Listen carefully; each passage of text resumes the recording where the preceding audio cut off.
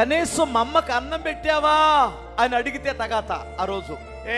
నేను పెట్టినా, ఏనాడైనా నన్ను అడిగావా, మీ అమ్మని అడుగుతావా అని గొడవ. దానికి భయపడి, ఆ వేదనకు భయపడి, ఆ గొడవ పడలేక అమ్మ అన్నం తిన్నదాన్ని కూడా భయపడి అడగకుండా ఉండే కొడుకులు 180 మంది ఉన్నారు. అవునా కాదా కొడుకులారా? అబద్ధం ఆడకుండా నిజాలు చెప్పండి, స్తోత్రం చెప్పాలి. మా అమ్మ చిన్నదా లేదని అడిగితే ఆ రోజు ఆ చూపుకే ఇటు చచ్చిపోతాడు. ఆ రోజు పక్కన కూర్చుంటే అంటది, ఇసురుకుంటుంది. ఎందుకంటే అమ్మని అడగకూడదు, అమ్మ పేరు ఎత్తకూడదు. అర్థమవుతుందా? నాన్న పేరు ఎత్తకూడదు. అలా అయితే కాపురం, లేదంటే పెళ్ళి కాకముందు అమ్మ దేవతరా, పెళ్ళైన తర్వాత నీ సంసారాన్ని తీసే రాక్షసి.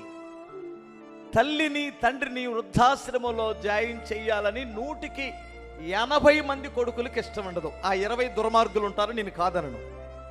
ఆ 20 మంది దుర్మార్గులు ఉంటారు. ఈ 80 మంది మంచి కొడుకులు ఎందుకు జాయిన్ చేస్తారు తెలుసా?